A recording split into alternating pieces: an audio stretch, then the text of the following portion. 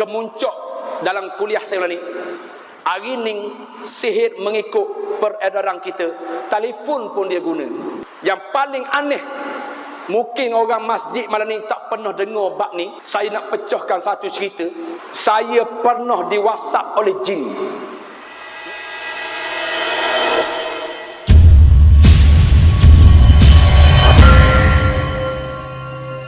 Bismillahirrahmanirrahim. Alhamdulillahi rabbil alamin. Wassalatu wassalamu ala ashrafil anbiya'i wal mursalin wa ala alihi wa sahbihi ajma'in. Qala rabbi israh li sadri wa yassir li amri wahlul 'uqdatam min lisani yafqahu qawli. Allahumma salli ala sayyidina Muhammad.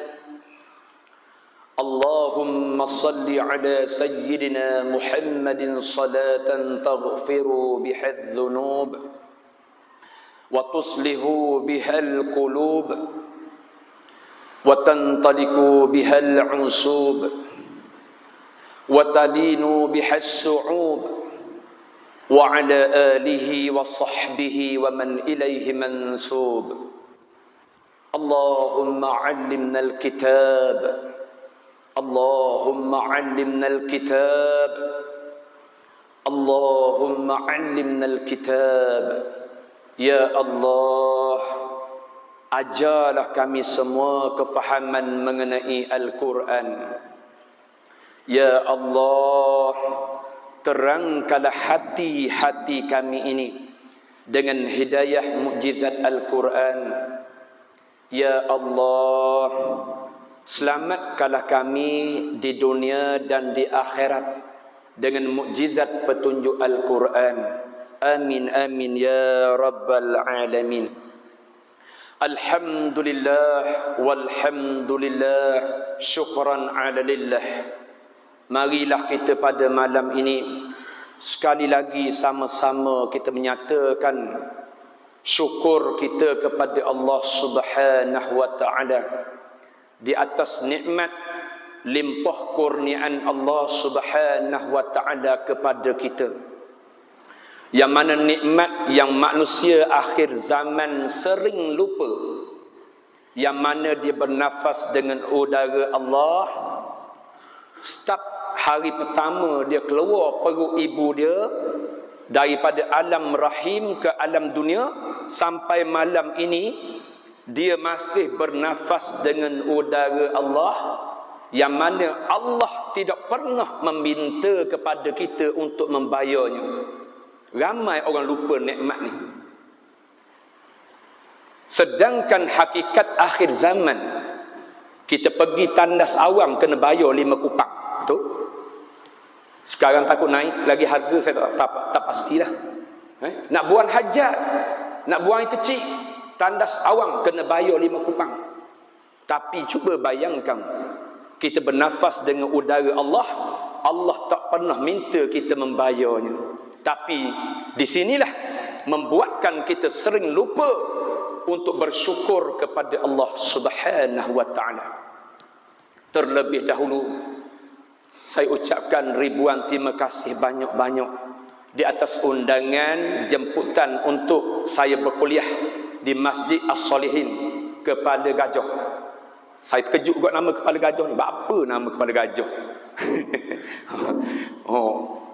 Kita duk fikir, imagine masjid ni besar macam Kepala Gajah kali. Tidak lupa saya rakamkan jutaan terima kasih banyak-banyak kepada pengurusi masjid yang dihormati lagi dikasihi barisan imam, Bilal, ahli jawatan kuasa masjid, muslimin, muslimat, ahli qiraah masjid, adik-adik, abang-abang, kakak-kakak, ibu-ibu, bapa-bapa yang saya raikan, yang saya doakan malam ini. Moga-moga kita semua Allah Ta'ala merahmati, insya-Allah. Nama saya Muhammad Arifin bin Ayub, berasal daripada kampung Gombalai Mercang, sudah berkahwin, anak 5 orang.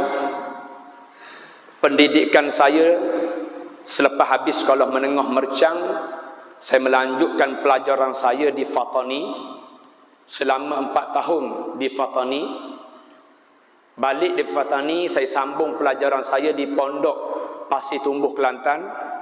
Habis di Pasir Tumbuh Kelantan, saya sambung lagi pengajian saya di Pulau Melaka, iaitu dekat Pondok Almarhum Tok Guru Ni Abdul Aziz Nikmat. Habis itu kitab tasawuf, saya balik ke Terengganu. Saya tidak masuk universiti, tak ada master, tak ada PhD, hanya mengaji pondok sahaja. Dan insya-Allah kita berkongsi apa yang ada di sisi Allah untuk kita ambil manfaat. Kerjaya saya, siang hari saya pengamal perubatan Islam Darul Arif. Pusat rawatan saya di Terengganu, di Kuala Ketir Kedah, di UK Perdana Kuala Lumpur, di Langkawi, itu cawangan saya yang ada sekarang. Saya terlibat dalam dunia rawatan 23 tahun dah.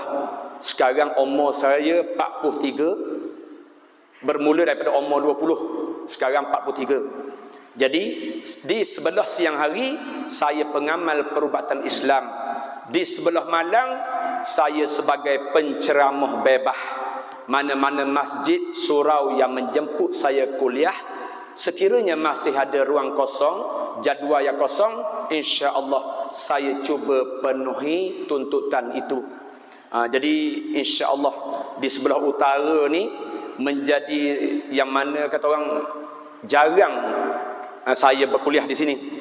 Tapi insya-Allah kita berkongsi sekadar mampu saya pada malam ini insya-Allah. Baik.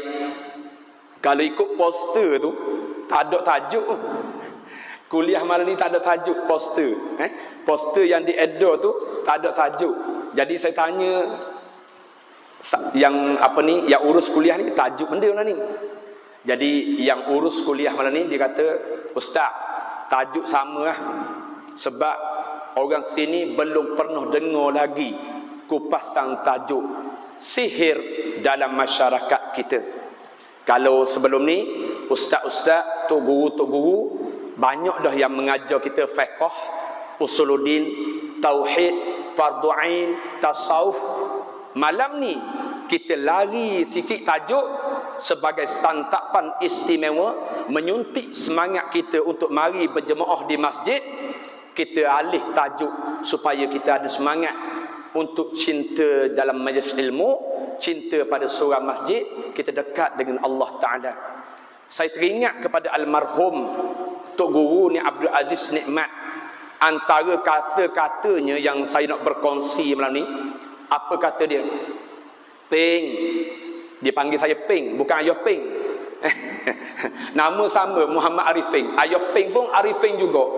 Jadi dipanggil Peng lah. Peng. Peng kena ingat, siapa-siapa yang nak cepat penuh tapawai amalan dia, jangan tinggal semaya jemaah. Ni antara kata wasiat dia pada saya. Siapa-siapa yang nak cepat penuh tapawai amalan dia, jangan tinggal solat berjemaah. Malam ni kita ambil suntikan semangat ni daripada kata-kata almarhum Tok Guru Ni Abdul Aziz Nikmat. Cuba kita bayangkan dua tapawai kita, bekas kiri, bekas kanan. Bekas kiri, tapawai kiri ni kita semayang seorang-seorang dekat rumah, tidak mari masjid, tidak berjemaah. Tapawai belah kanan, 5 waktu kita mari berjemaah di masjid. Orang yang semayang tanpa berjemaah, kata Nabi sallallahu alaihi wasallam, dia dapat 1 je pahala. Orang yang melazimkan solat berjemaah 5 waktu sehari semalam, 5 kali 27. Baik, kita isi dalam 2 tapawai ni. 1, 1, 1, 1, 5. 27, 27, 27, 27, 27. Siapa belajar matematik, yang mana cepat penuh? Yang mana cepat penuh? Belah kanan. Ning lah. Siapa-siapa yang melazimkan solat berjemaah setiap 5 waktu, tapawai amalan kebaikan dia cepat penuh. Jadi start malam ni, kalau boleh orang lelaki yang tidak ada keuzuran syar'i, jangan semayang seorang-seorang di rumah, rugi. Mari kita semayang di masjid. Ni antara formula yang diajar oleh almarhum Tok Guru ni Abdul Aziz Nikmat. Cuba kita tengok akhir kehidupan almarhum. Waktu dia dah buang air kecil pakai pep di tepi, orang kanung kata kelek, bawa pep air kecil, masih solat berjemaah tu almarhum. Walaupun bawa pek air kecil, masih pergi mengajar dataran ilmu Kota Baru. Tu komitmen yang ditunjukkan oleh almarhum, melazimkan dia solat berjemaah sampailah akhir. Allahu Akbar. Semangat tu saya nak suntik malam ni, sama-sama kita azam untuk solat berjemaah di masjid. Boleh insya-Allah. Baik, saya tak ambil kupas tajuk lain, tak ambil kupas hadis Nabi bab lain, tak ambil kupas hadis Nabi akhir zaman, tanda-tanda kiamat, peristiwa yang besar akan terjadi. Saya tak nak kupas, lari tajuk. Kita masuk tajuk kita malam ni insya-Allah. Allah Subhanahu wa taala berfirman, a'udzubillahi minasyaitonir rajim. Wa nunazzilu minal qur'ani ma huwa syifaa'un wa rahmatul lil mu'minin. Sadaqallahul azim. Maksudnya, kami turunkan sebahagian Al-Quran itu menjadi penyembuh, obat pada sebahagian penyakit, dan sebahagiannya lagi menjadi petunjuk bagi orang-orang yang beriman. Sebagaimana tajuk kita pada malam ini, iaitu sihir dalam masyarakat kita. Wujud ke sihir ni?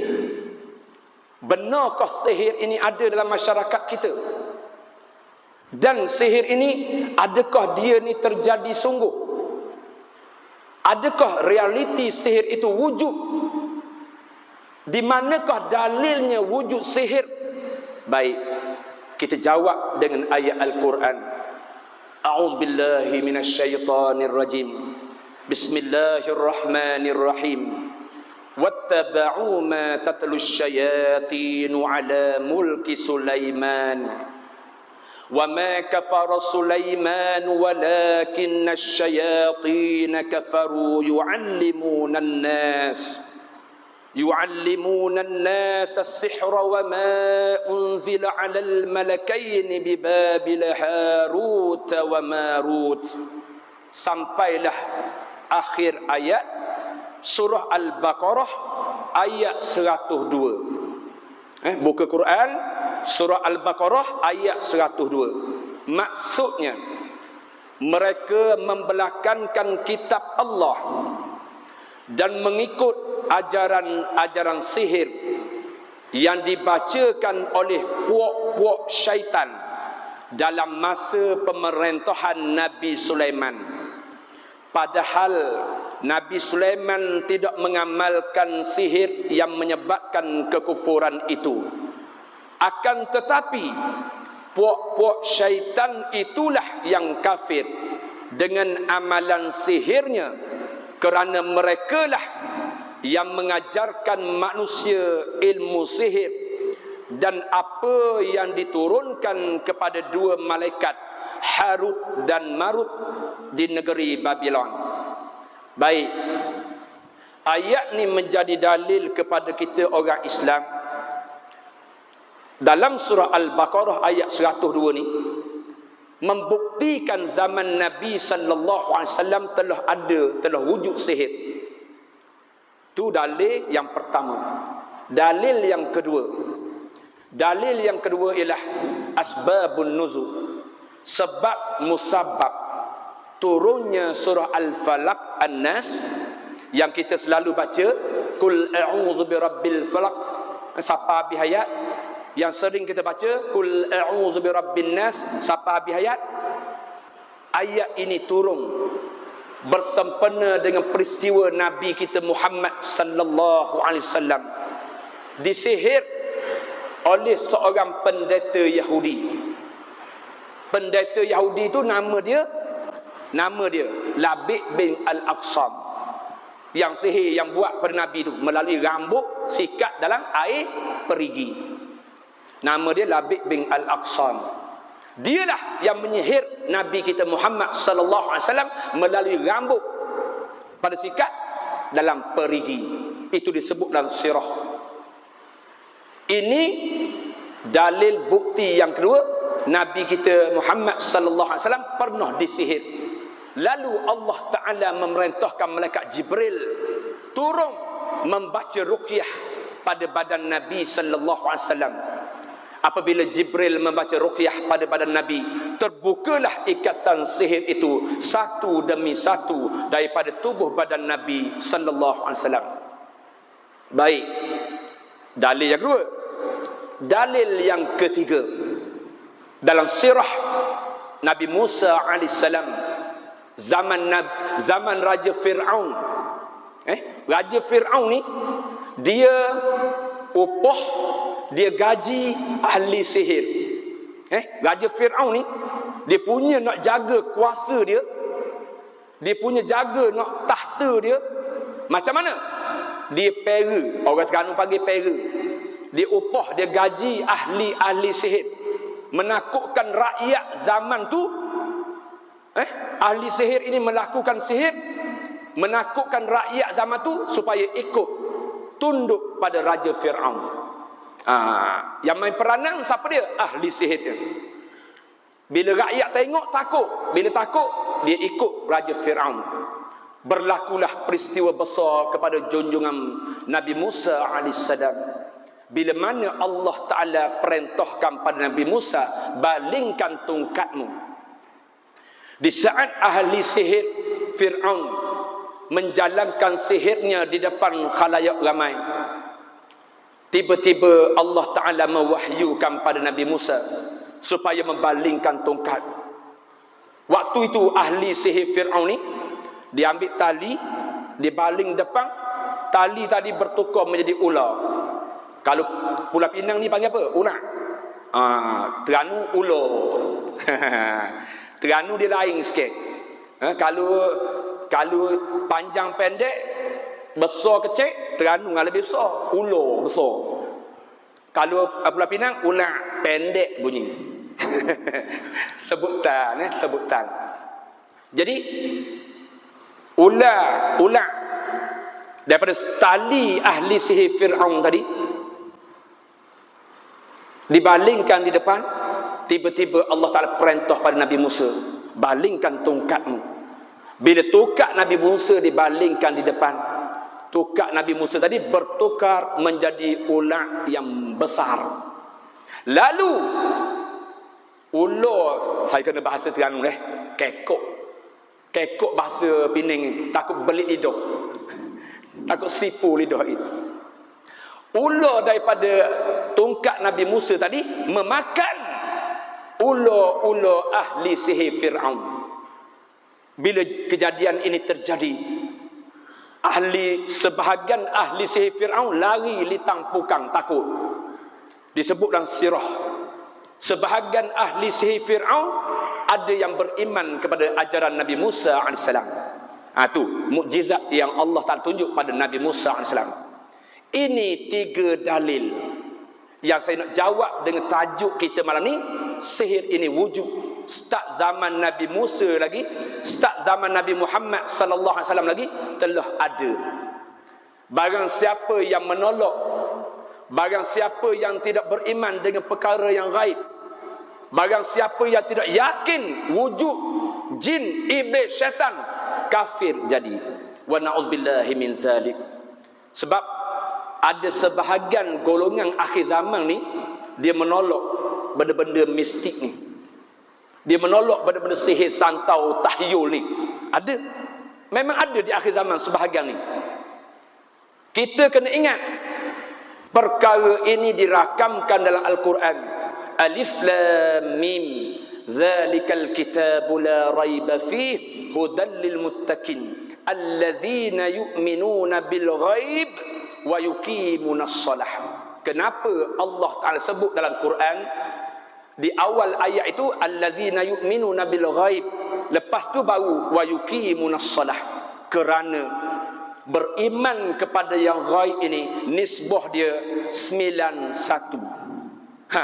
Baru faham. Nisbah beriman pada yang ghaib ni 91. Apa maksud nisbah 91? 9 perkara ghaib, 1 je zahir. Roh ghaib, alam barzah, syurga, neraka, semua ghaib. Iblis, syaitan, semua ghaib. Nisbah dia 91. Oleh kerana kita tidak faham, kita menolak mentah-mentah benda ni.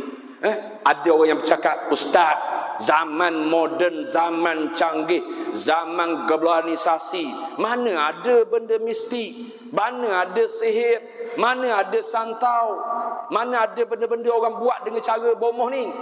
Ni orang tak mengaji. Ni orang yang tak faham tentang apa yang disampaikan dalam Quran. Sedangkan pengalaman saya selama 23 tahun merawat, terus terang saya bagi tahu, mutaakhir ini semakin banyak, semakin berleluasa sihir santau.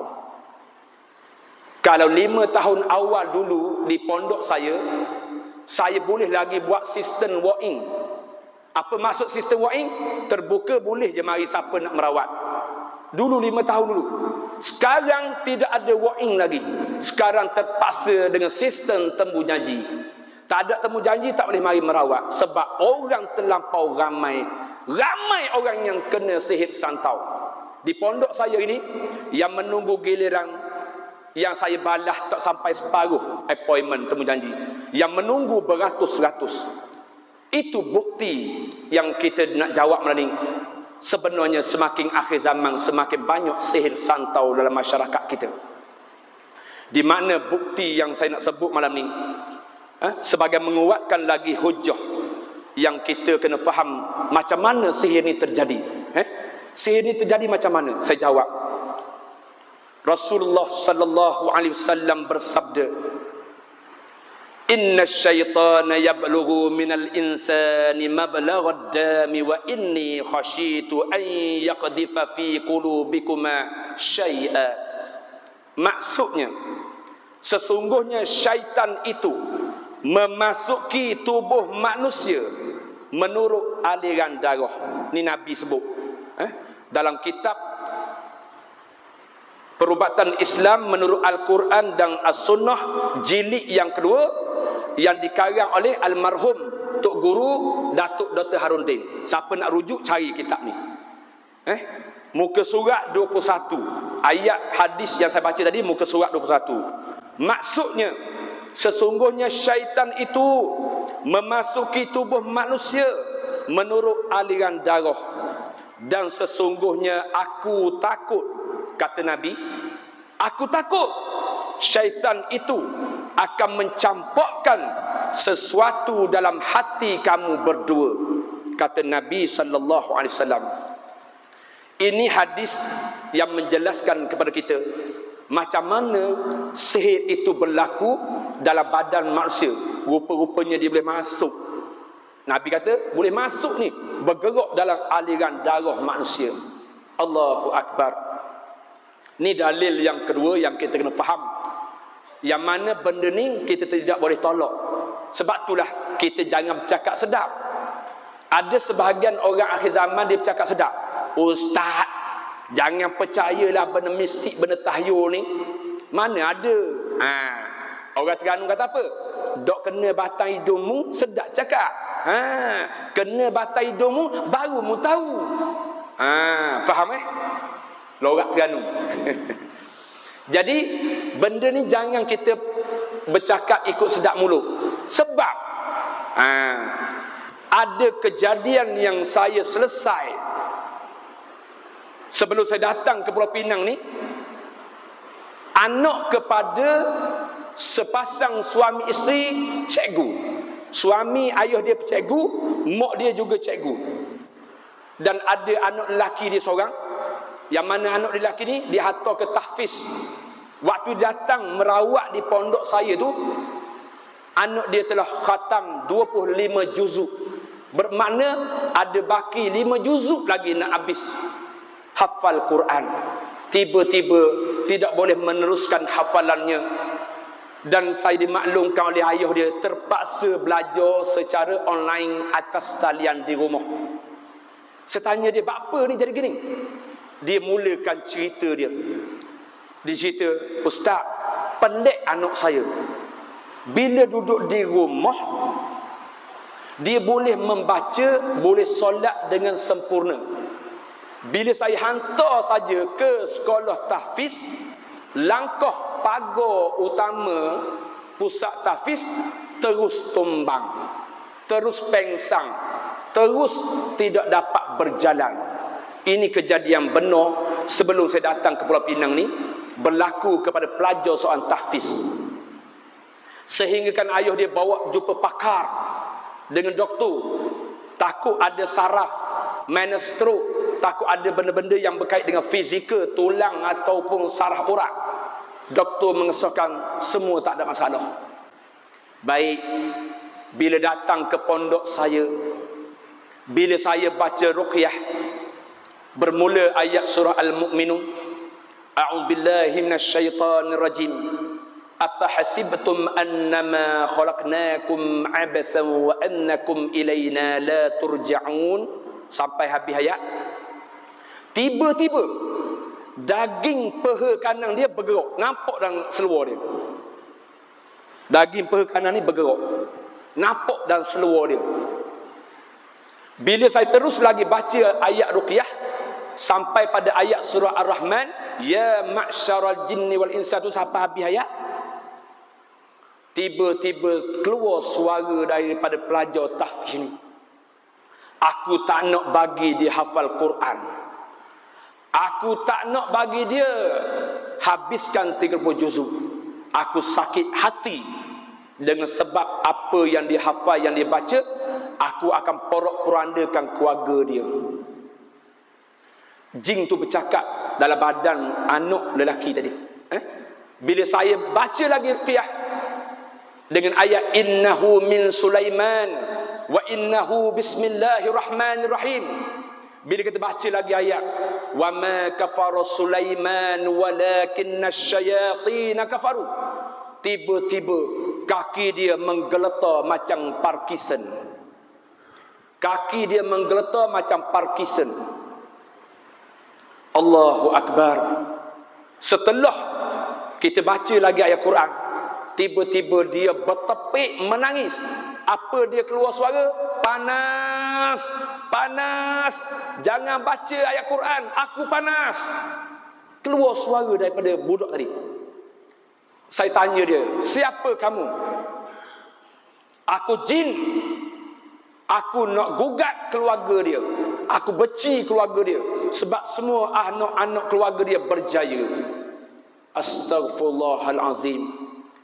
Jin tu memberitahu dia sakit hati sebab keluarga ni keluarga yang berjaya mendidik anak-anak dalam pelajaran, dalam agama. Lepas saya selesai ruqyah, saya kata insya-Allah kita cuba cek, kita mengesahkan adakah betul dia sihir. Lepas selesai anak dia, saya cek ayah dia, betul. Bila kita baca ruqyah pada ayah dia seorang cikgu, ayah dia tak tahan kepanasan sehingga jin itu bercakap, aku nak memporak-porandakan keluarga dia. Ni nak beritahunya, hari ni asas ilmu yang diajar oleh iblis syaitan, apa dia yang diajar oleh iblis syaitan? Hasad, dengki, khianat. Hasad, dengki, khianat yang diajar oleh iblis syaitan kepada kita. Bila tengok orang lebih, kita rasa iri hati, hasad. Bila tengok orang senang, orang kaya, kita dah mula menaruh syok yang bukan-bukan. Ini penyakit yang datang daripada hati, yang mana dibisikkan oleh sebahagian iblis syaitan jin. Allahu Akbar. Sebab itulah kita kena ingat, kita hidup dalam bermasyarakat, kita hidup dalam berjiran, kita duduk dalam taman perumahan, tolong jaga hati kita. Dibimbangi iblis syaitan meracuni hati kita sehingga jiran sebelah Beli kereta baru, kita dah rasa sakit hati. Isteri jiran sebelah beli barang kemas, gelang yang besar, isteri kita dah mengejek, mengata kat belakang. Bermula di sinilah akan berlaku agenda-agenda yang dihasut, yang dinodai oleh iblis syaitan. Dulu saya pernah sebut dalam kuliah saya, yang mana bila sampai peringkat dendam hasad dengki pada jiran, apa saja sanggup buat, sehingga kan melakukan sihir. Allahu Akbar. Jangan main-main. Dan yang seterusnya saya nak kaitkan dengan ayat ni. Ada satu kisah juga, seorang budak perempuan. Ni kisah benar juga ni, yang saya rawat. Yang ni saya marah pada cikgu, sebab cikgu dia bercakap lepas. Ada satu kejadian tu saya dengan Ustaz Aliyah, anak murid saya ni, Ustaz Aliyah. Sesakih seorang pelajar perempuan darjah 6, yang mana kejadian ni aneh. Mata dia ni ambil batang korek telinga tu, keluarkan pasir. Yang dikeluarkan tu ayah dia yang buat. Ayah dia tolong korek, ambil batang korek telinga tu ni, di kelopak bawah mata ni, buang ada sampai budak ni tak pergi sekolah. Ni kejadian benar. Waktu saya sampai di rumah dia ni, keluarga dia ni, ayah dia dah himpun pasir tu setengah kotak rokok Dunhill. Zaman tu zaman rokok Dunhill, dahi 20, bukan dahi 14, dahi 20. Kotak rokok dahi tu separuh kotak pasir yang dihimpun keluar daripada mata anak dia. Masya Allah, terkejut saya sampai rumah dia.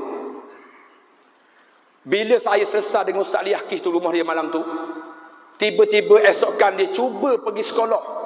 Ini yang paling saya sedih. Bila melangkah pagar sekolah, budak perempuan ni jatuh pengsang. Langkah pagar sekolah pengsang terus. Duduk di rumah okey, tak ada masalah. Sapa di pagar sekolah terus pengsang. Waktu pengsang itu ayah perempuan ini masih ada di tepi pagar menunggu. Tiba-tiba cikgu datang. Apa cikgu tu cakap? Cikgu tu kata apa? Sebenarnya budak ni malas sekolah, dibuat lolok pengsang. Orang Terengganu panggil buat lolok, buat pura-pura pengsang.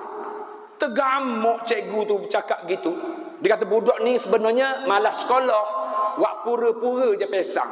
Ish, cuba kita bayangkan kalau kita lah ayah di tempat itu. Nak marah tak? Sila ibu lah gocok, betul tak? Kalau cikgu cakap lepas gitu, kita sebagai ayah, bila cikgu kata gitu, kita rasa tercabar, betul tak? Cuba bayangkan pakcik tu, bila cikgu tu cakap, anak awak ni sebenarnya malas sekolah, buat lolok pensang. Ayah dia ni mari ke pondok saya, mengadu dengan saya, menangis. Saya rawat dia lagi. Bila saya rawat dia lagi, Allah Ta'ala tunjuk dia muntah keluar darah. Ni apa yang berlaku pada budak pelajar ni. Saya kata ni mesti ada kaitan dengan sihir ni. Budak tu muntah keluar darah, berketul keluar darah. Habis keluar darah, apa yang jadi di rumah dia? Saya pergi dengan Ustaz Aliyah. Di rumah dia berlaku hilang duit. Duit dalam apa ni, beg duit mak dia letak di bahagian dapur. Buka tak ada RM100. RM50, RM100, RM50, RM100. Saya kata ni pelik dah ni. Mesti ada sesuatu berkait dengan budak ni. Daripada keluar pasir, muntah darah, lepas tu hilang duit. Saya pergi dengan Ustaz Aliyah. Saya ambil kacang hijau, kita nak tengok. Ni cara ni saya ajar.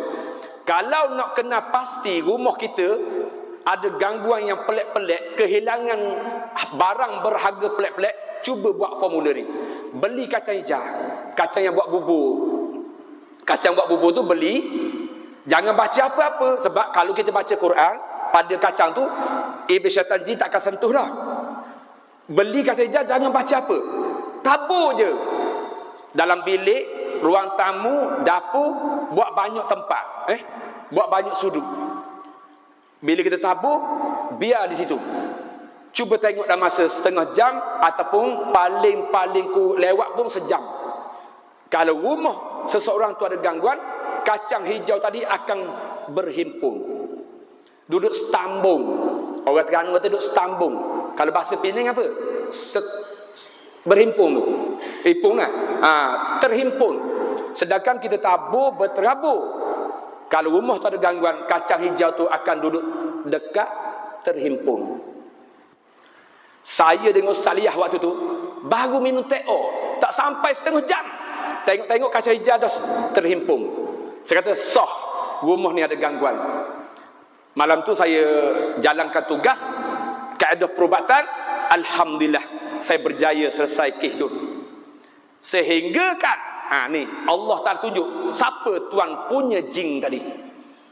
Bila saya dapat tangkap jin tu, tuan punya jin ni merayu dengan Ustaz Liyah, tolong lepas jin aku. Maknanya mesti ada tuan ni. Nak beritahunya, dalam senyap, dalam diam, masih ada orang yang menjalankan sihir, menggunakan khidmat jin iblis syaitan untuk melaksanakan hajat-hajat niat-niat dia sendiri. Pecah tembelang. Tapi alhamdulillah kes tu selesai. Saya tak lepas jin tu. Jangan main-main. Baik, sebab itulah kita kena faham benda ni. Kalau saya tak dedah dengan kuliah ni, orang anggap tak logik. Orang anggap tak ada zaman moden, zaman canggih. Baik, kita tengok Nabi sebut dalam hadis. Imam At-Tabrani telah meriwayatkan sebuah hadis dengan katanya bahawa Rasulullah sallallahu alaihi wasallam telah bersabda, al-jinnu ala salasati asnafin sinfun lahum ajnihatun yatiruna fil hawa'i wa sinfun hayatin wa sinfun yahullu nawayaz'anun. Maksudnya, kata Nabi, jin itu ada 3 golongan. Satu golongan mempunyai sayap yang boleh terbang di angkasa. Satu golongan berupa ular. Dan satu golongan lagi berpindah daripada satu tempat kepada satu tempat. Ini Nabi sebut dalam hadis muka surat 22 dalam kitab yang saya sebut ni. Ini dalil yang mengatakan kepada kita, yang kita kena faham, bangsa jin ni yang disebut dalam hadis ni, dia boleh pindah daripada rumah si A kepada rumah B, rumah B kepada rumah D. Ni Nabi sebut hidup berpindah ganda. Dan ada golongan yang berupa ular. Dan ada golongan yang Nabi sebut yang berupa bersayap, yang terbang di angkasa. Sebab itulah bila kita sebut hadis ni, barulah kita faham dalam hidup kita ni, kita sebenarnya berkongsi bumi, cuma terhijab alam gaib dengan alam nyata. Kita dengan hakikat alam nyata zahir, iblis, syaitan, jin di alam gaib tak nampak mata kasar, tapi bumi sama. Tapi ni masalah, ramai sebahagian orang Islam akhir zaman bila sebut tajuk ni, dia kata jangan percaya sangat, jangan kita taksub sangat, jangan kita lebih-lebih sangat bab ni. Ini bukan taksub, ini bukan soal taksub, ini bukan soal melebih-lebihkan. Soalnya sekarang dia semakin banyak berleluasa dengan sebab manusia mencari shortcut, dengan sebab manusia mencari jalan pintas, dengan sebab manusia ni melaksanakan tugas-tugas dengan cepat tanpa ada bukti. Betul tak? Betul. Hari ni realiti, kalau kita tembak orang, bunuh orang, pasti kita akan dipenjara dan akan disabit dengan mahkamah. Hari ni kalau kita guna senjata tajam tikam orang, pasti kita akan kena tangkap. Tapi bila sebut sihir, mana ada akta? Bila sebut sihir, mana ada enactment yang boleh mensabitkan sihir? Kita ditangkap, dibicarakan, tak ada. Sebab itulah banyak orang terlibat dengan benda ni. Tak puas hati, sihir. Tak puas hati dia berniaga kedai makan, sihir. Tengok dia maju bisnes, sihir. Ini realiti. Sebab nak main jalan manual tak lepas dengan undang-undang dunia, dengan mahkamah. Bila main dengan sihir santau, bebas. Orang tak jumpa bukti. Ni. Sebab tu banyak sihir hari ni. Sebab benda ni menjadi suatu yang cepat, shortcut, cross, jalan pintas untuk hajat-hajat peribadi seseorang. Dan kita kena faham, bila benda ni saya jelaskan gini, mesti ada tukang buat. Betul? Kita bukan pandai. Kadang-kadang kita betul ada hajat, mesti kita jumpa bomoh. Ni masalah. Ni masalah bermulanya sihir. Bila ada tukang sihir dan ada yang mengupah. Pihak yang mengupah orang yang mesti ada hajat nak cepat. Manakala pihak yang melaksanakan sihir mesti golongan bomoh-bomoh yang syirik kurafat, yang bermain dengan ilmu hitam, yang berdamping dengan iblis syaitan jin. Kalau di tempat kita ni selalu orang sebut oi sihir. Kalau sebut siang, sebut Thailand ni sihir daripada siang, hebat. Betul? Cuba tanya mak-mak, ayah-ayah kita dulu. Sebut sihir daripada siang, Kok Minarai, Yum Uninam daripada Thailand, orang takut. Sebab apa? Sihir daripada sana, tukang buat dia Tok Cha, Tok Sami. Bukan orang biasa. Tok Cha, Tok Sami, tukang buat sihir dia. Tu sebelah sana, sebelah Siam, sebelah Thailand. Dan di Malaysia kita ada tak? Di Malaysia kita juga banyak tukang-tukang sihir. Kalau dulu di pondok saya, banyak kes sihir datang daripada negeri Perak. Ini saya rekod dalam buku saya. Banyak sangat kes sihir di Malaysia kita ni, Perak salah satu. Oi, jangan main. Dia orang di Perak ni kalau kedai-kedai makan zaman tu 80-an, zaman 90-an, akhir tahun 2000 tu paling banyak. Yang mana sama-sama kedai makan dia bertanding. Membuat sihir, aku buat sihir. Dia berlawang ilmu. Dia test power. Dia test sihir dia pada kedai makan. Zaman tu banyak orang yang kena ialah driver lori. Yang terlibat, yang saya rawat di pondok saya, driver lori ramai kena. Berhenti minum di kedai kat Perak masa tu. Balik macam-macam jadi. Saya tahu kes ni sebab saya merawat. Dan di Malaysia kita mana lagi? Jawa, Boyan. Ni antara yang kuat sihir. Orang Jawa, orang Boyan di sebelah Johor. Sebab itulah negeri Johor ni antara negeri yang saya start merawat daripada umur 20 sampai sekarang. Johor adalah negeri yang saya jerit kaki daripada umur 20 merawat di sana sampai sekarang. Memang negeri Johor saya akuilah, kes dia memang berat-berat di sana. Masya Allah, sihir di sana sampai kembung perut mati. Kembung perut. Sebab apa kembung perut? Dia buat pada anak patung. Dibuat pada anak patung. Bila cek di hospital scan, buat CT scan, tak ada penyakit. Sedangkan yang kena tu macam orang mengandung 9 bulan. Allahu Akbar. Banyak sangat-sangat. Ini diistilahkan apa? Sihir ni dipanggil apa? Sihir busung. Yang jenis macam mengandung ni, scan, CT scan, tak ada benda, tapi perut besar, macam mengandung 9 bulan, dipanggil busung.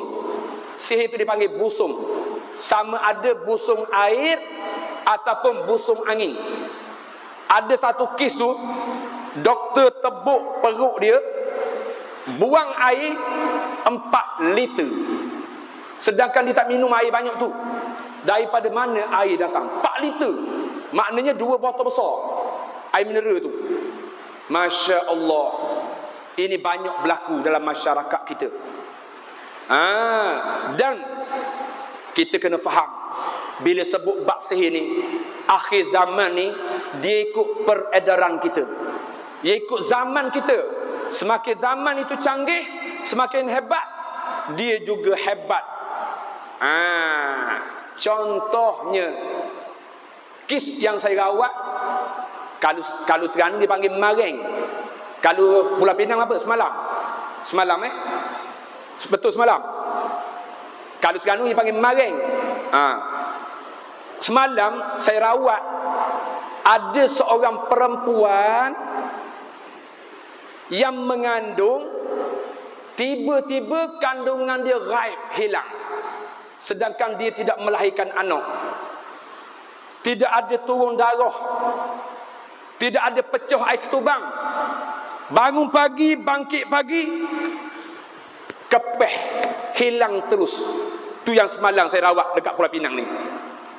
Saya rawat semalam dekat Pulau Pinang ni. Seorang wanita yang pernah hilang kandungan dari perut dia, tanpa beranak, tanpa turun darah, tanpa pecah air ketubang. Tiba-tiba pagi hilang. Tu yang semalam di Pulau Pinang ni. Wanita yang mengandung tiba-tiba hilang anak. Yang 2 minggu lepas, saya dengan Ustaz Aliyah terima satu kes seorang perempuan mengandung 9 bulan dah. Kalau yang semalam baru 4 bulan lebih. Yang semalam. Yang 2 minggu lepas, saya dengan Ustaz Aliyah dah 9 bulan. Tiba-tiba hilang, kepeh. Bangun pagi, hilang terus. Tak ada turun darah, tak ada pecah air ketubang. Bahagian alat sulitnya tak ada keluar benda, darah tak ada, lendir tak ada. Kandungan hilang begitu je. Masya Allah, ini realiti yang sedang terjadi. Dan yang paling saya kemuncak dalam kuliah saya ni, hari ni sihir mengikut peredaran kita, telefon pun dia guna. Yang paling aneh, mungkin orang masjid malam ni tak pernah dengar bab ni. Saya nak pecahkan satu cerita. Saya pernah di WhatsApp oleh jin. Nak tengok boleh lepas kuliah lagi. Saya tunjuk dalam telefon saya. Jin WhatsApp saya, dia marah. Saya merawat seorang anggota polis. Ni sihir belaka ni. Kisah sihir, kisah saka. Dia marah saya merawat seorang anggota polis. Yang mana bila saya selesai rawat anggota polis tadi, dia dah tak larat. Dia balik ke rumah, isteri dia yang bawa kereta. Isteri dia bawa kereta. Bila dia sampai di rumah, dia terus tidur. Telefon dia ni, isteri dia ambil letak atas meja. Tiba-tiba saya sampai di rumah, telefon saya tak berhenti bunyi. Puik, puik, puik. WhatsApp masuk. Puik, puik, puik. Apa bunyi WhatsApp masuk ni? Saya buka. Bila saya buka WhatsApp tu, apa dia kata? Aku ifrit. Aku nak tengok mung setara mana merawat. Aku tak takut apa yang kau baca. Aku duduk dalam badan dia dah sekian lama, berpuluh tahun. Kenapa engkau cungkil aku daripada badan dia? Tu, di WhatsApp saya. Saya kata, saya jawab balik WhatsApp tu. Saya kata, aku akan tolong bantu dia ni, akan tolong selamatkan dia. Apa dia jawab? Engkau tidak akan berjaya. Aku jin kuat, aku ifrit. Ish, kata laju. Dia punya type WhatsApp laju. Saya balas 1 dia sampai 5. 5 dia hantar WhatsApp. Lepas tu saya ugut dia. Saya kata, kalau engkau jin ifrit, aku cabar engkau malam ni, mari kita lawan. Apa dia cakap? Aku tidak akan pergi dah di pondok engkau. Tahu takut. Dia kata, aku tak akan pergi dah ke pondok engkau. Saya cabar dia. Mari ya, kalau mu hebat, kita lawan malam ni. Lepas tu dia cakap apa? Aku rasa panas sikit je tadi. Aku rasa tanganmu macam pisau. Oh, kata tahu macam pisau. Mari ya, kata. Aku nak bakar dengan api. Kesimpulan cerita tu, jin tu tak datang. Dia takut. Dia kata, aku tak akan pergi dah pondokmu. Aku tak akan pergi dah pondokmu, dia kata. Baik, tu yang saya berdepan minggu lepas. Sebelum yang minggu lepas ni, saya juga terima kes daripada Kelantan. Seorang ibu tunggal datang ke pondok saya dengan anak lelaki. Selesai saya rawat ibu tunggal tu, saya tak pasti lagi waktu tu dia sihat. Bila saya teliti, bila saya tanya anak dia, dia kata, "Ustaz, ayah saya dah meninggal." Beres, selesai. Saya rawat ibu dia. Bila saya rawat ibu dia, selesai rawat.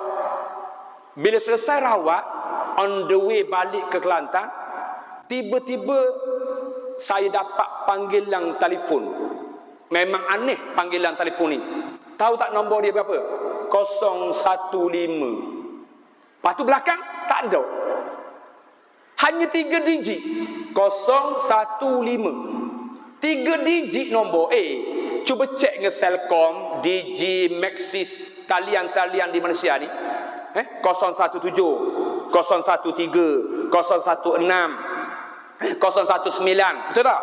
Itu yang berdaftar. Tiba-tiba ada panggilan telefon saya 015. Dah lah 015. Nombor belakang tak ada. Bila dia telefon saya screenshot. Saya simpan nombor tu.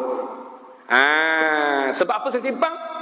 Sebab itu bukan nombor talian yang daftar di Malaysia kita. Itu nombor jin. Sebab apa saya simpan? Dulu 10 tahun dulu, zaman tak ada lagi WhatsApp, zaman telefon Nokia 3310, pernah saya terima mesej. Dulu zaman mesej, sekarang zaman WhatsApp. Dulu saya pernah terima mesej dengan Ustaz Liah. Nombor dia tahu nombor apa? 0301. Mana ada nombor telefon gitu? Saya simpan, saya ingat lagi.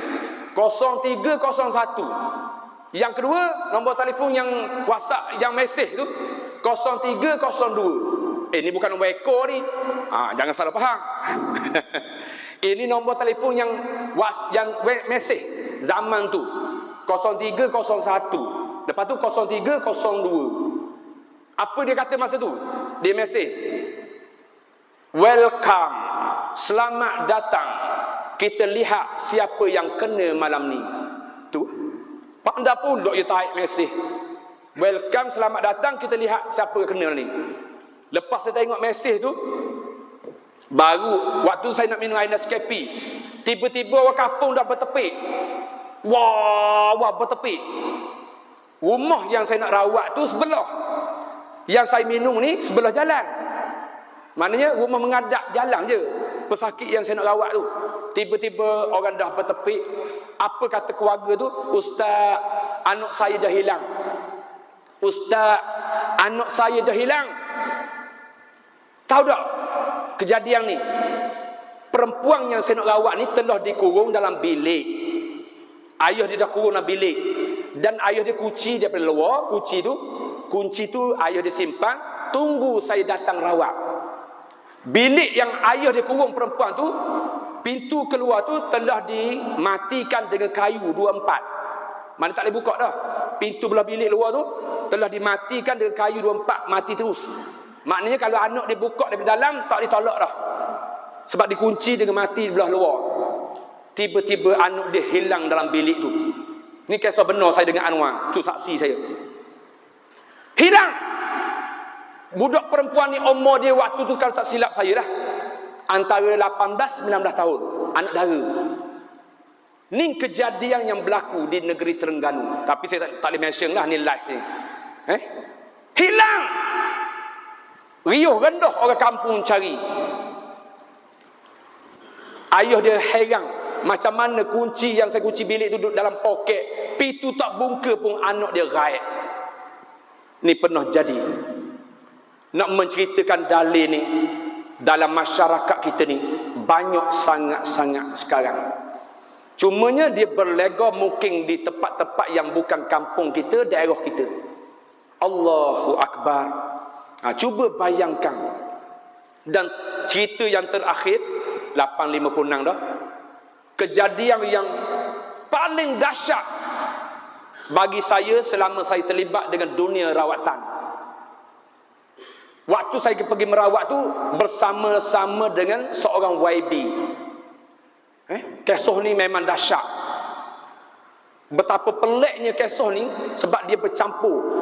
Ayah kepada budak tadi seorang ahli perniagaan, orang berniaga di pasar. Dia bekerja di pasar, ada bangku, ada warung dia, ada meja dekat pasar. Dia kerja di pasar. Kejadian ini bertembung antara sihir dalam perniagaan dengan saka yang ada di rumah dia. Apa yang jadi? Cukup kesian kepada keluarga ni.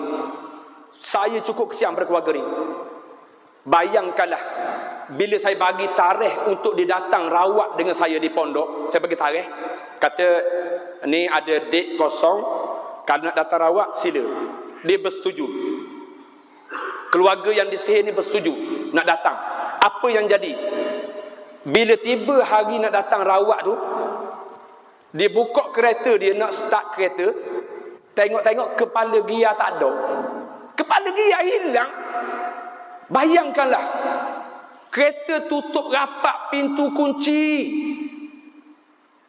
Tengok-tengok kepala gia tak ada. Siapa yang cabut? Siapa yang buang? Bukan kereta manual, auto, kereta wajar. Ayah budak ni kereta wajar. Kepala gia tu, jin tu buang. Dia tak nak bagi saya datang merawat dengan saya. Beres, selesai. Memang kes ni memang teruk. Dah lah kepala gia buang. Ayah dia tak perasan. Start kereta, tiba-tiba tengok rotek kereta hilang. Bayangkanlah, rotek kereta orang tampar belah dalam. Bukan tampar belah luar cermin belah dalam kereta. Macam mana nak siap tu? Kalau dari luar logik daripada luar logik orang boleh siap. Ni daripada dalam. Rotek pula hilang. Habis babak tu. Tiba-tiba pergi tengok depan kereta, pelik pula hilang. Dia repih pelik tu, buang. Jauh. Tak ada pelik kereta. 3 kejadian pelik pada kereta tu nak datang merawat dengan saya. Paling menyayat hati bila saya pergi ke rumah dia, saya baca khutbah Nabi Sulaiman, innahu min Sulaiman wa innahu bismillahirrahmanirrahim. Rupa-rupanya ada cerita sedap di rumah dia. Anak dia ni dah cuti sekolah, tidak pergi sekolah dengan sebab semua pakaian sekolah dia hilang. Habis hilang. Tak ada satu pasang pun. Semua hilang. Ini kejadian benar. Saya kata, apa tak pergi sekolah? Ustaz, nak pergi sekolah macam mana Ustaz? Baju sekolah dia tak ada satu pasang pun. Habis hilang. Saya kata, Masya Allah, peliknya. Beres. Selesai juga lah. Ingat ke baju sekolah je hilang? Tiba-tiba mak dia bagi tahu, Ustaz, buku teks, buku tulis, beg sekolah habis, tak ada sutih habuk. Buku sekolah hilang juga.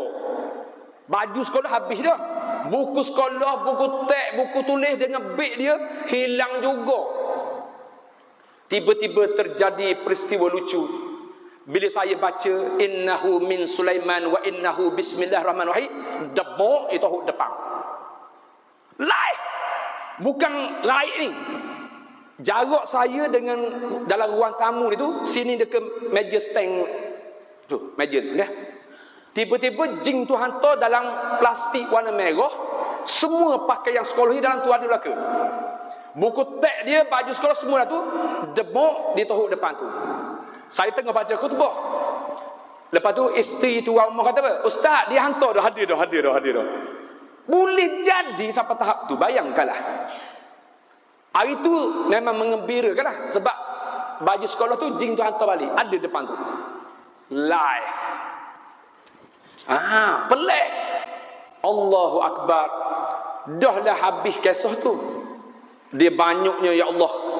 Keluarga dia lalu dengan ujian sihir tu. Lepas selesai baju sekolah, selesai beg sekolah, buku sekolah, yang paling saya tak boleh nak kawal bila jin tu baling Quran daripada almari. Oh dahsyat. Quran duduk atas almari tu baling depan ruang tamu. Siapa dia ambil gambar, dia rakam, dia hantar saya. Ustaz, tengok umur saya sekarang Ustaz, Quran dia baling merata. Jahatnya perbuatan sihir menggunakan jin tadi. Sampai saya tengok rakaman tu, Allah, Quran atas latar. Daripada almari. Rumah dia waktu saya sapa tu dengan ting saya, macam orang Terengganu apa? Orang Terengganu panggil macam tokam cok. Berkubahannya sekali. Kursi sofa ruang tamu habis dilekuk. Meja makan habis dilekuk. Jing tu buat sampai tuan rumah pening. Macam mana Ustaz? Hidup dah kadang ketakutan. Lepas selesai benda tu, dia bakar pula. Sofa nyala. Apa ni, kerusi baby nyala. Kain baju atas almari nyala. Langsir nyala. Dia start bakar rumah dah. Masya Allah. Nikih yang berprofil tinggi. Saya pergi lebih ada 3 kali rumah tu. Alhamdulillah sekarang selesai. Nak royaknya sampai tahap tu. Kejadian yang diizinkan oleh Allah dengan sebab manusia ni melakukan sihir. Waktu saya sapa tu, ya Rabbi Alamin, siang saya tengok keluarga dia hidup terumbang-ambing. Hak lucu lagi, telefon curi juga. Sampai anak dia tu masuk dalam hutang kejar jing tu. Sebab dia nampak telefon tu terapung. Anak tu umur tu kejar masuk dalam semut, dapat semua dah telefon yang dicuri oleh jing tu. Uish, dahsyat. Sampai tahap tu. Ni yang berlaku. Baik. Jelas. Dalam masyarakat kita ni sebenarnya bab sihir ni banyak sekarang. Tapi oleh kerana masa dah pukul 9, kita masuk dalam bab tanda-tanda sihir ni. Kalau kita ngaji dah bab sihir, tengok tanda-tanda pula. Pada orang puang, pada orang lelaki, anak-anak, ayah. Apa tanda-tanda orang yang kena gangguan sihir? Antaranya ialah sakit kepala yang bukan daripada darah tinggi atau migrain.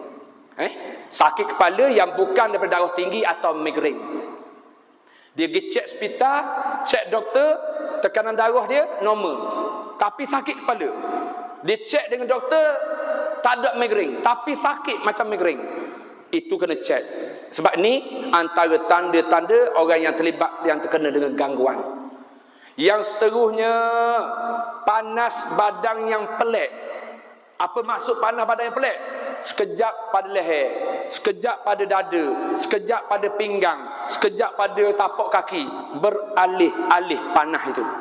Siapa yang mengalami tanda itu, yang bukan daripada faktor kecil manis, yang bukan daripada faktor saraf, cek, takut ada gangguan.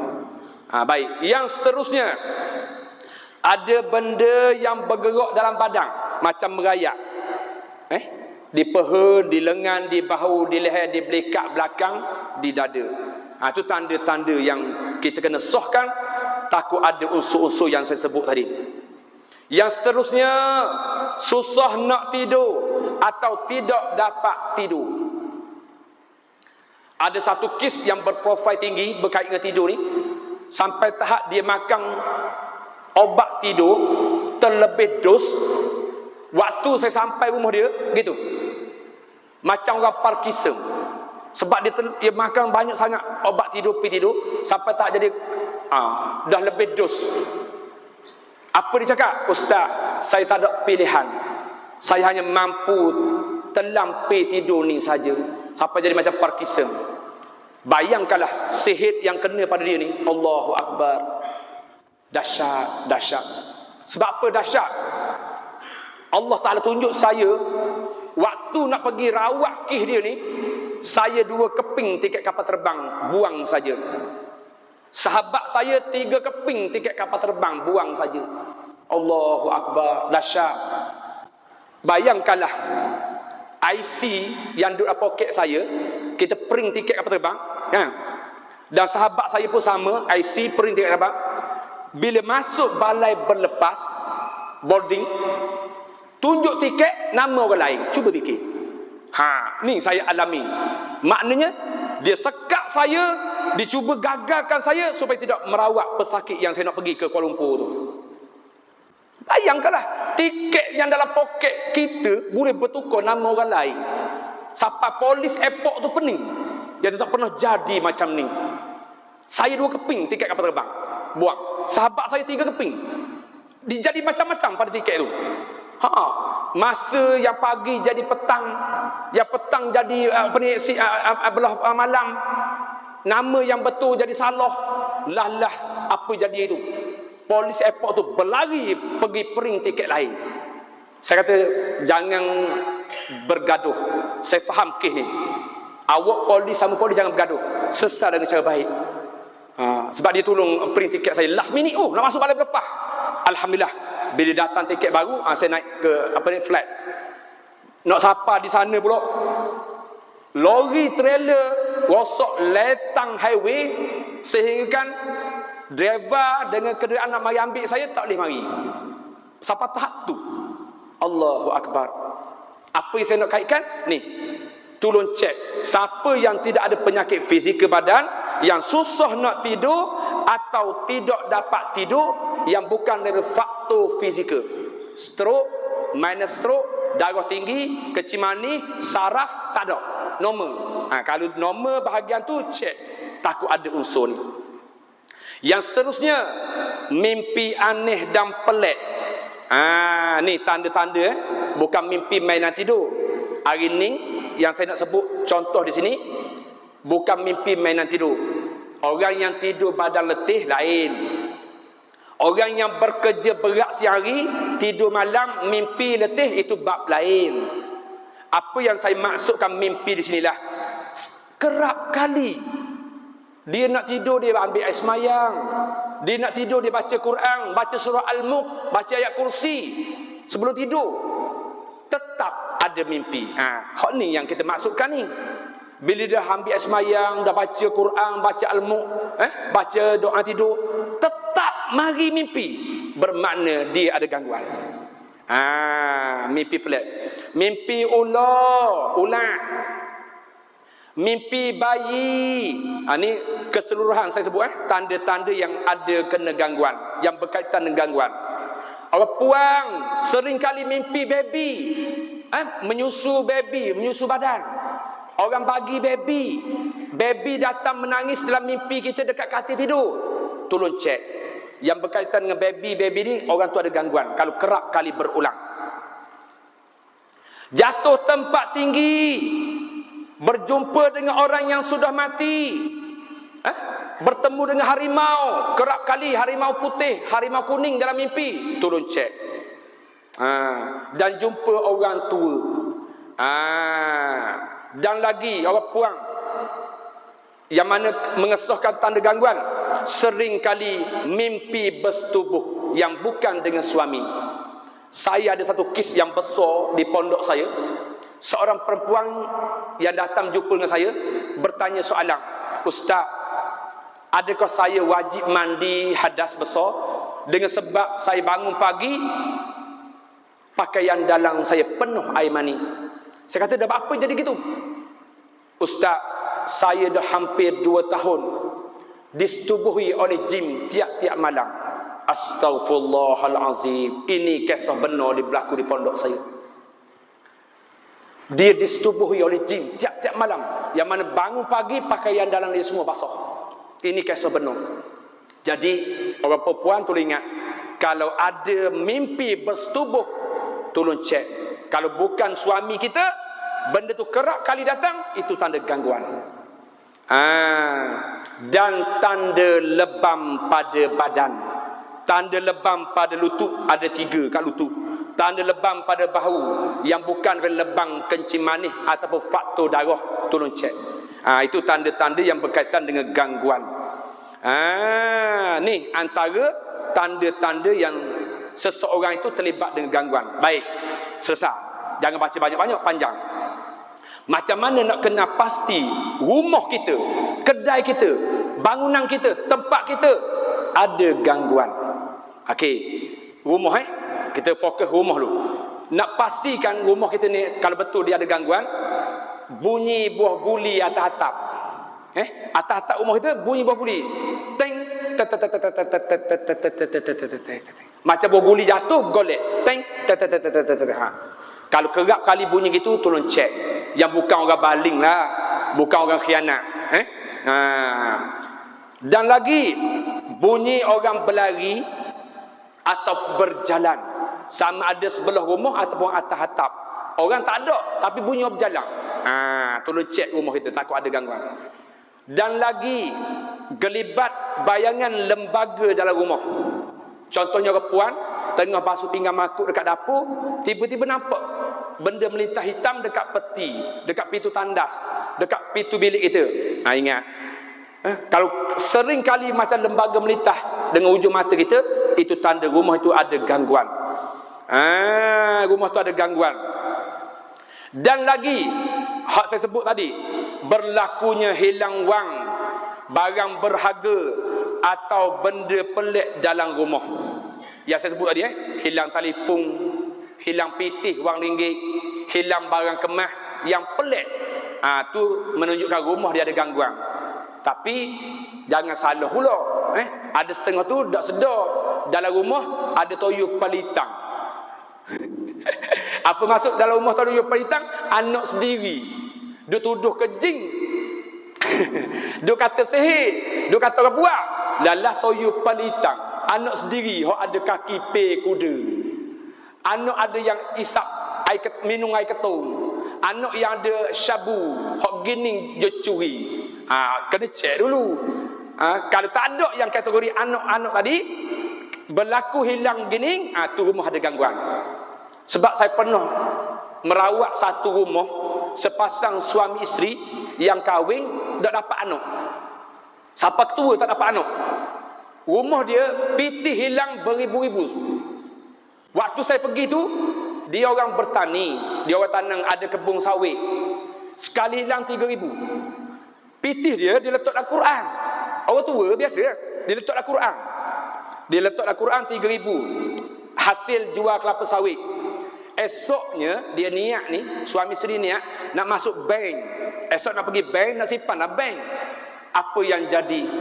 Esoknya selepas subuh, buka Quran, licin, jelek, anda pun renggek. Tak ada sekeping habbo, orang Terengganu kata. Habis licin hilang. Tu, mana sah lah rumah dia ada gangguan. Sebab dia tak ada anak, dia 2 orang tu je. Bila saya cek-cek, ada sungguh. Mari kat belakang dapur, sereh. Lepas tu dia berupa belalang warna hijau. Kata betul lah, mari dah. Ni antara kejadian yang pernah saya berdepan dengan kes macam ni. Jadi bunyi orang berjalan, orang berlari, gelibat bayangan lembaga dalam rumah, berlaku hilang wang, barang berharga. Ini antara tanda-tanda rumah yang ada gangguan. Baik, jelas bahagian tempat, bahagian rumah nak kena pasti. Dan lagi, kalau rumah kita ni kalau ada sihir, ni untuk khusus untuk suami isteri.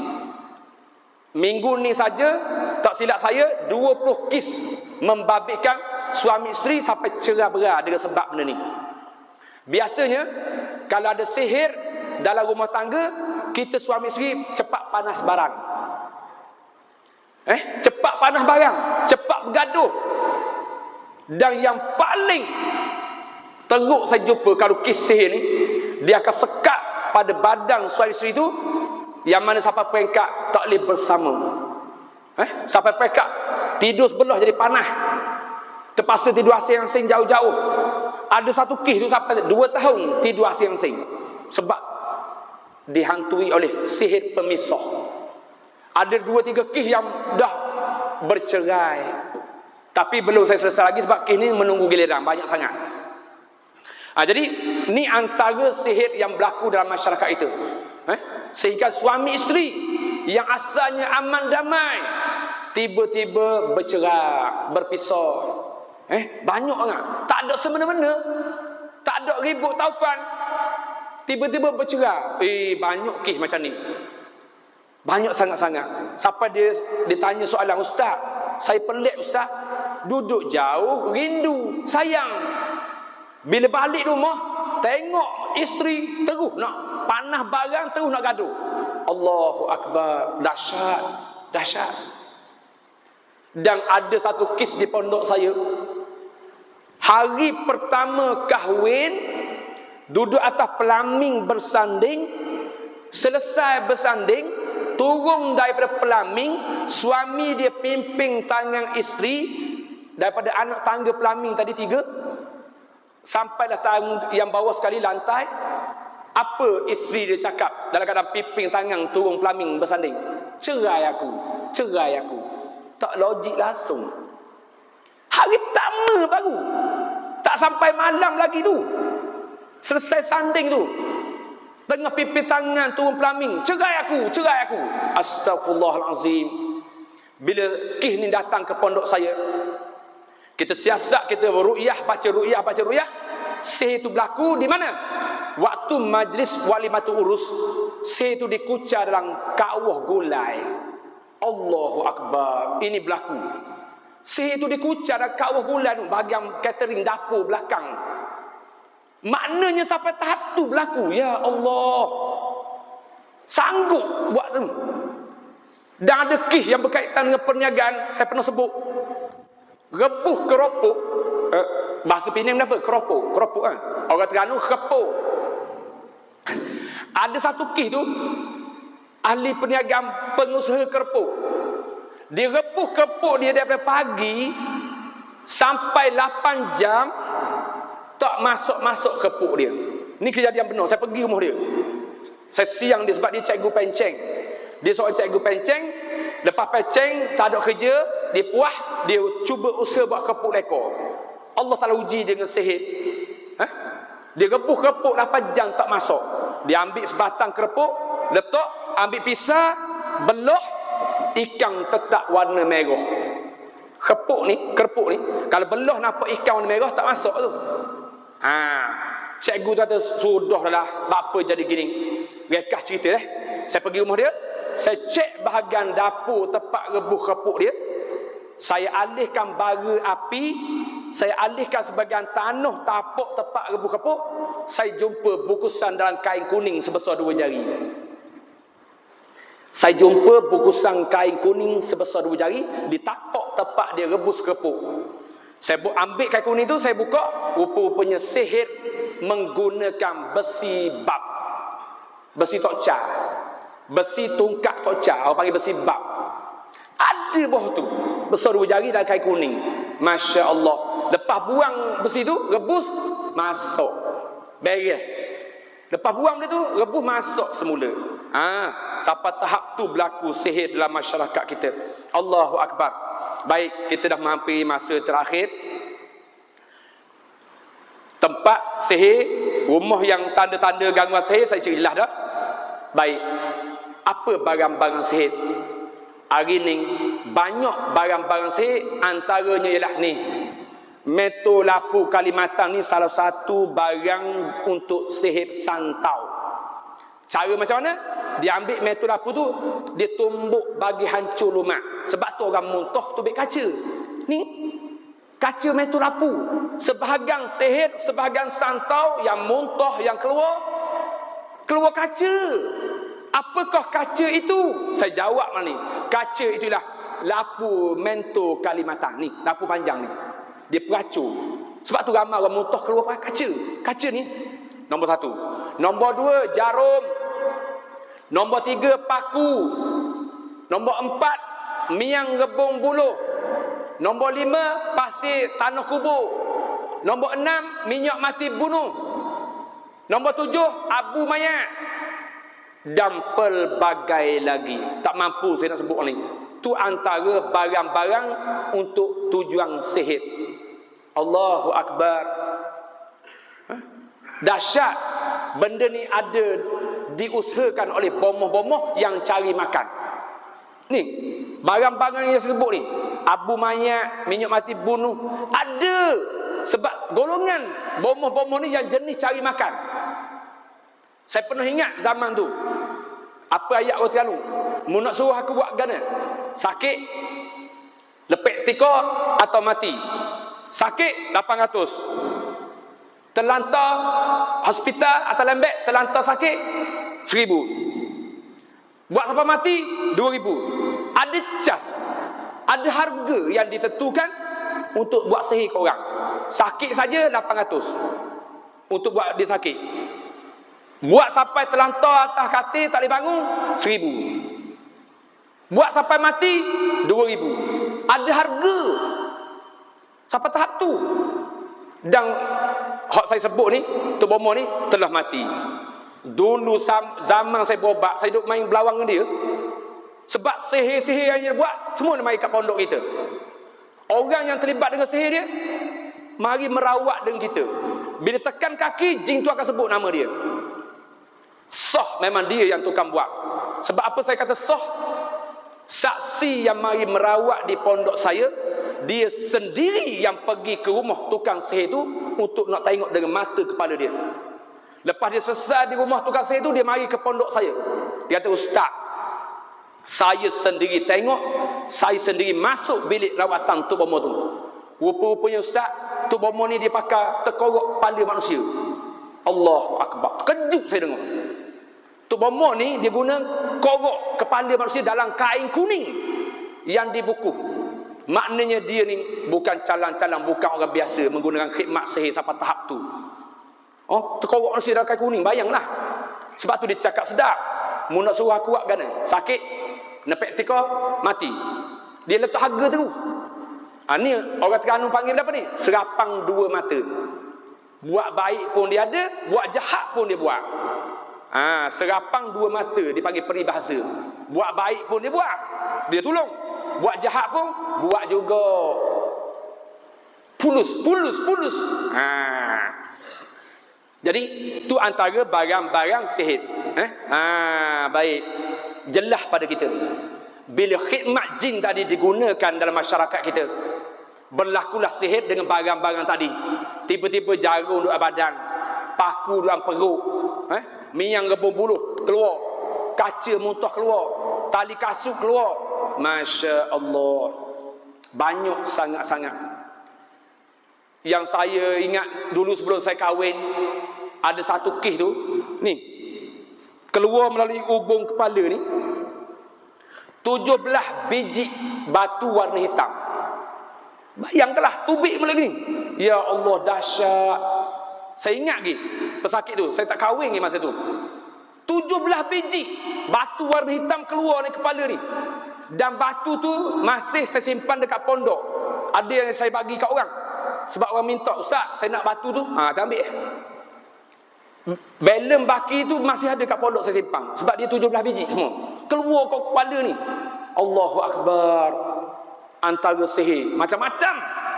Jadi insya-Allah dengan penjelasan sihir dalam masyarakat kita tadi, memberi kita sebagai peringatan ataupun kesedaran bahawasanya perkara-perkara ini mesti kita waspada, mesti kita jaga-jaga.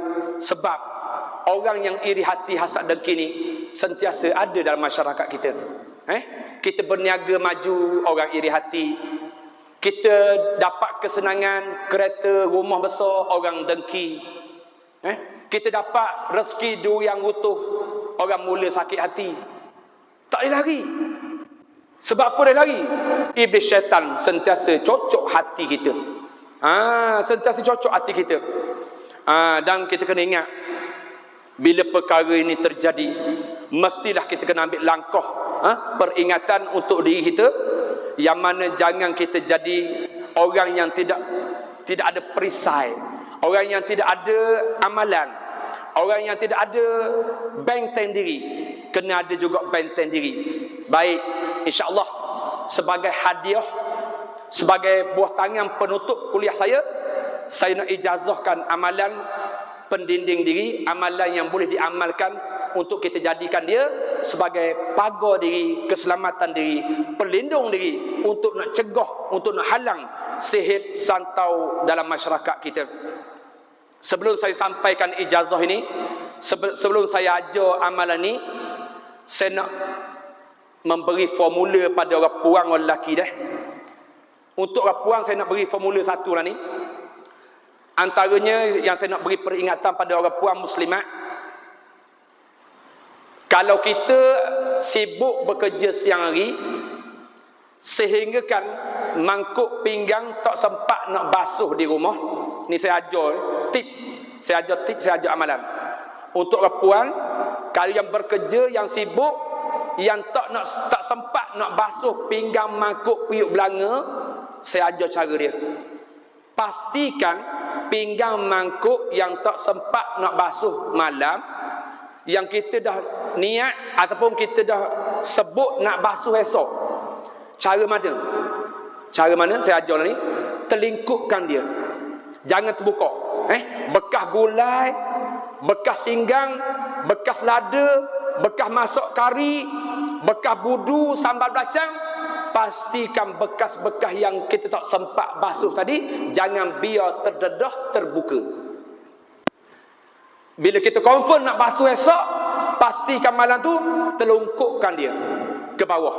Likup, telungkupkan dia ke bawah, supaya bekas itu tidak diludah, tidak dijilat oleh bangsa jin iblis syaitan dalam rumah kita. Ni formula dia. Sebab ini yang punca berlakunya benda-benda gini.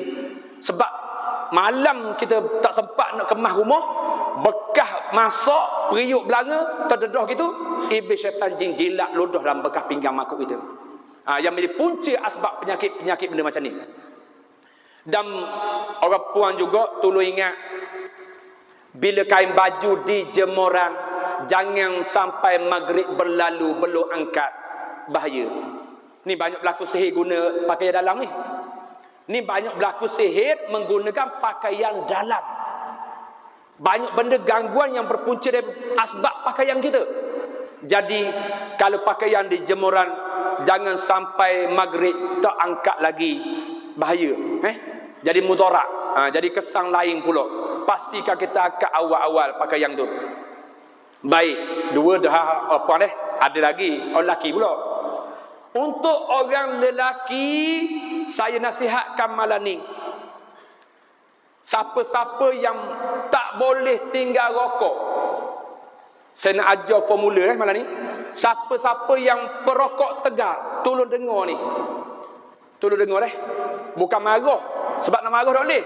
Sungguh, nak marah tak boleh. Ramai isap rokok. Cuma nak ajar ambil formula ni. Siapa-siapa yang isap rokok, tolong jangan isap rokok dalam tandas. Boleh Jaga adab, jaga akhlak, jaga kita punya disiplin. Sebab tempat kotor, najis tandas tu tempat iblis syaitan. Bila kita isap rokok pula, kita jamu dia pula. Sebab salah satu makanan jin iblis syaitan yang disebut dalam kitab ialah asap. Salah satu makanan jin iblis syaitan ialah asap. Jadi kalau kita ni jadi perokok tegar, jangan isap rokok dalam tandas. Minta tolong untuk nak elok benda-benda gangguan ni. Sebab ada orang jumpa dengan saya, dia kata apa? Ustaz, saya memang kena isap rokok kan nak buang air besar. Tak isap rokok, tak tu keluar najis. Nyakit kau ni. Nyakit pelik ni. Ni kisah benar ni. Jadi ustaz, saya kan nak buang air besar, memang kena isap rokok. Kalau tidak najis tu dah keluar. Weh, kita kata ada juga pasal ni. Yang paling lucunya dia kata apa? Ustaz, kalau saya dah isap rokok, dia tubik dah lawah. Bila saya isap rokok, dia tubik macam laksa. La ilaha illallah. Ada juga gitu. Faham tak ayat saya tu? Bila isap rokok, najis dia tu tubik straight, panjang. Dah isap rokok, putus, stokor-stokor. Maknanya rokok ni macam pelawah buang besar pula. Bahaya, jangan amal gitu sebab saya dulu ada pesakit saya. Jenis nak masuk tandas cucu rokok. Nak masuk tandas cucu rokok. Tolong tinggal tabiat tu. Dan yang seterusnya, untuk Allah ke puan ni, sebelum masuk tandas, pastikan tutup kepala. Pernah tengok tak dulu surau-surau zaman surau masjid zaman tok kita? Bila dia pergi kat surau nak buang hadas, dia pergi kat kolah, dia ambil gayung dia buat kepala. Macam tengok tak? Orang dulu punya jaga nak masuk tempat kotor, gayung tu buat tutup kepala sebab tak ada kain. Kita learning pandang rengang benda ni. Dogo masuk dalam tandas, iblis syaitan ludah tak kepala kita hari-hari. Orang dulu tak ada benda-benda, gayung tu yubuh. Gayung kolah sejik, yubuh buat tutup kepala. Tak ambuh bagi kena ludah. Baik, tu antara yang saya nasihat sebagai formula. Baik, masuk ijazah yang terakhir. Baik, amalan mencegah sihir santau dalam masyarakat kita. Boleh amal belaka Yang pertama, kita nak elok supaya kita ni Allah Taala jauhkan daripada sihir santau, dengki, hasad, khianat orang. Amal baca ayat kursi. Amal baca ayat kursi 11 kali sehari. Boleh untuk elok, untuk cegah sihir santau dalam masyarakat itu. Amal baca ayat kursi 11 kali setiap hari. Waktu paling baik lepas subuh. Betul Betul. 11 kali setiap hari baca lepas subuh.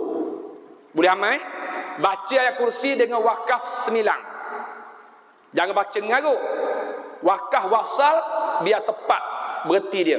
Allahu la ilaha illa huwal hayyul qayyum la ta'khudhuhu sinatun wa la nawm له ما في السماوات وما في الأرض من ذا الذي يشفع عنده إلا بإذنه يعلم ما بين أيديهم وما خلفهم ولا يحيطون بشيء من علمه إلا بما شاء وسع كرسيه السماوات والأرض ولا يؤوده حفظهما Wahuwal aliyul azim.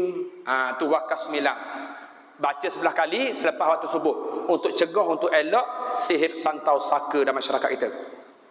Yang kedua, amal baca ayat 7 mubin surah Yasin.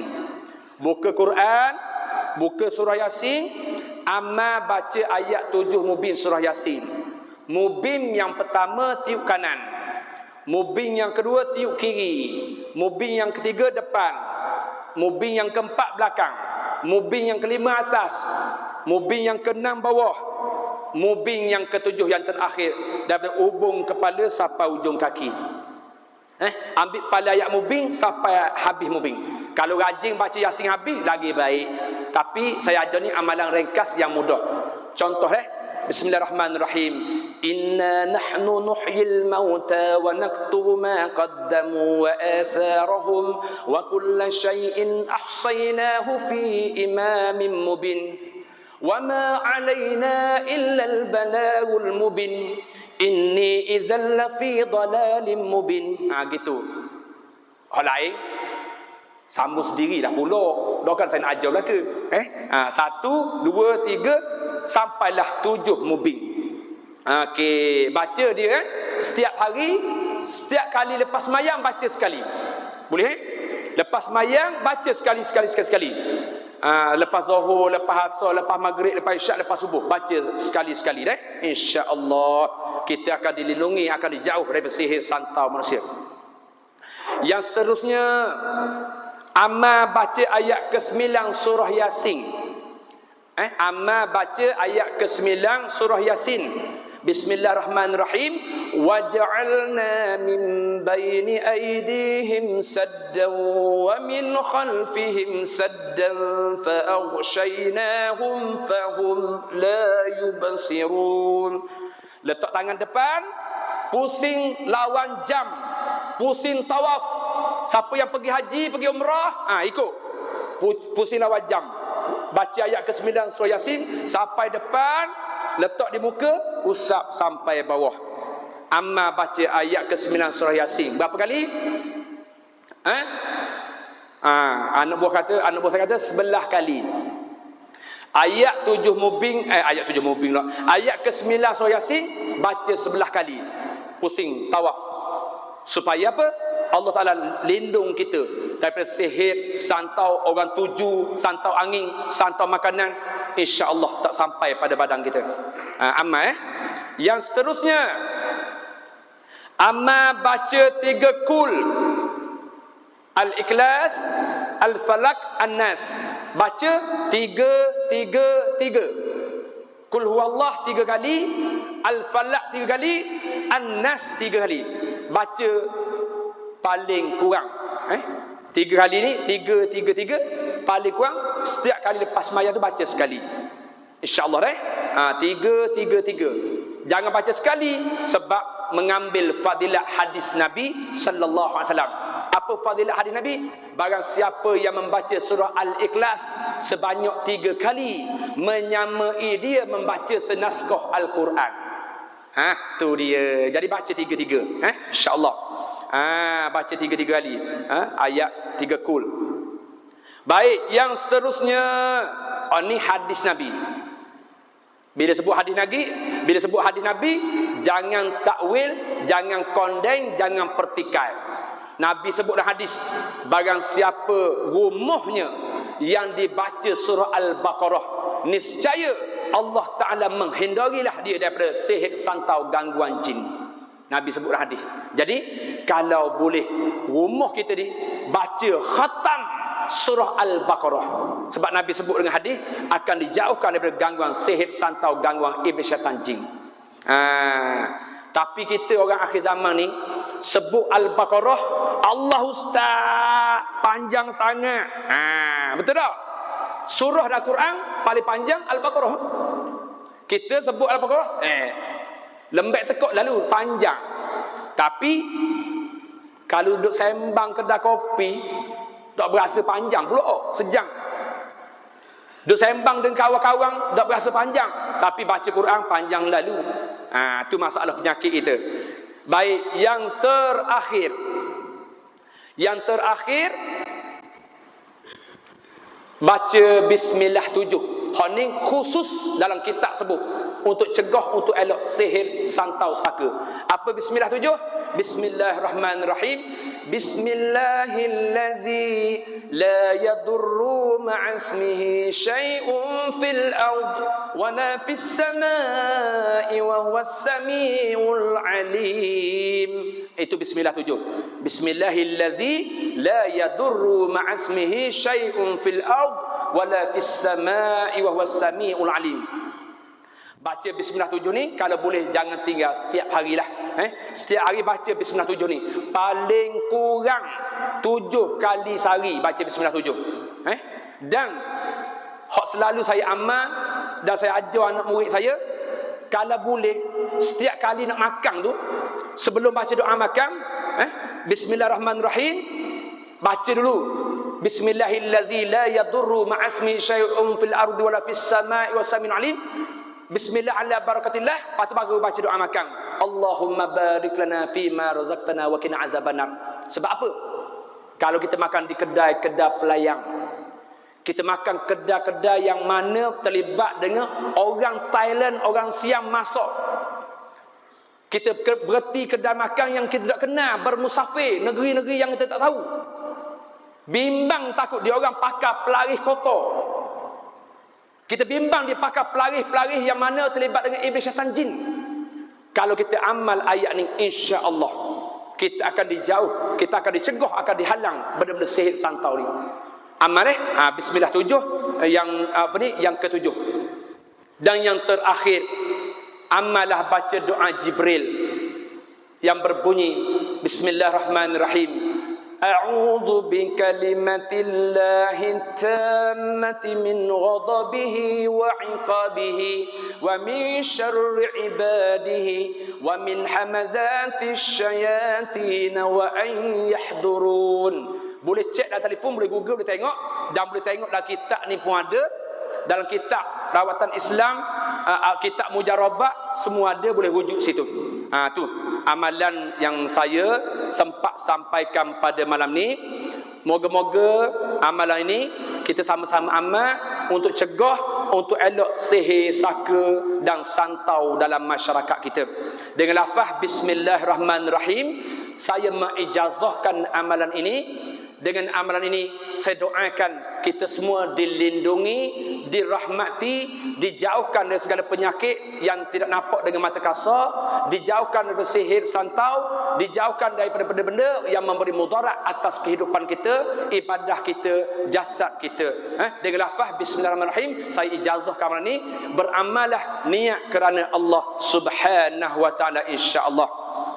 Jadi saya kira sekadar itu dulu perkongsian tajuk sihir, santau dalam masyarakat kita. Moga-moga perkongsian ini memberi kita ilmu yang bermanfaat. Moga-moga dengan perkongsian ini menyedarkan kita selama ni penyakit yang tak nampak dengan mata kasar ni sebenarnya ada wujud dalam kehidupan kita. Moga-moga dengan perkongsian kuliah malam ni menyedarkan kita selama ni kita duk faham iblis syaitan ni dia hanya ganggu semayang bang sahaja. Mentaliti kita sebelum ni kita ingat iblis syaitan hasut goda, larang kita solat, larang kita ibadah, larang kita semayang, mengaji Quran saja. Sebenarnya skop lebih luas lagi. Iblis, syaitan, jin yang ada dalam masyarakat kita ni bukan setakat ganggu gugat orang semayang di masjid surau, bahkan dialah yang melaksanakan sihir-sihir manusia tadi. InsyaAllah saya berhenti setakat dulu. Apa yang baik itu datang dari Allah Subhanahu Wa Taala. Apa yang lemah serta kurang itu daripada diri saya, kelemahan saya sendiri. Sebelum saya tutup dengan doa, saya nak buat satu pengumuman. Saya ada cipta satu produk untuk nak cegah, nak elok sihir santau, iaitu serum yang diberi nama Al-Ilaj. Serum ini saya cipta waktu zaman Covid ni. Kita berdepan dengan Covid 2 tahun lebih. Saya cipta produk ni. Sebab apa saya cipta produk ni? Pesakit tidak boleh getah negeri, tidak boleh getah daerah.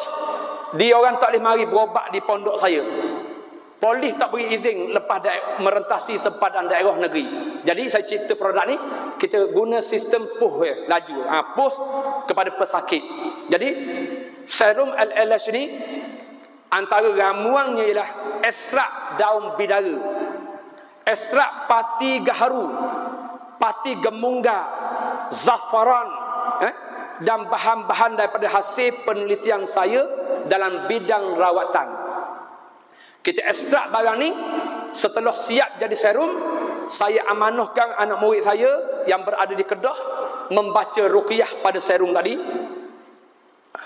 Kita bacakan doa penawar sihir, kita bacakan doa penawar santau, kita baca doa ayat pelindung diri, ayat cegah untuk nak elak daripada sihir santau. Setelah siap, kita packing, kita masuk botol dan kita edarkan.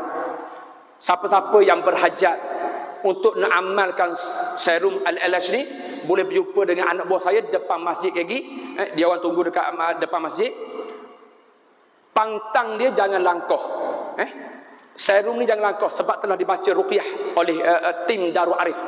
Dan kita ada bekalkan kertas cara guna. Kertas ni cara guna yang mana terlibat dengan sihir, santau, gangguan tak dapat tidur, anak menangis malam, saraf, sakit pinggang, yang mensabitkan batuk yang lama, gangguan jin ad-dasim, yang mana benda yang dalam badan yang belum hilang lega sakit dia, yang nak cuba ikhtiar dengan serum ni, insya-Allah boleh berjumpa dengan tim saya depan masjid lepas solat Isyak lagi. Harga dia RM50 sebotol. Kenapa harga dia RM50 sebotol?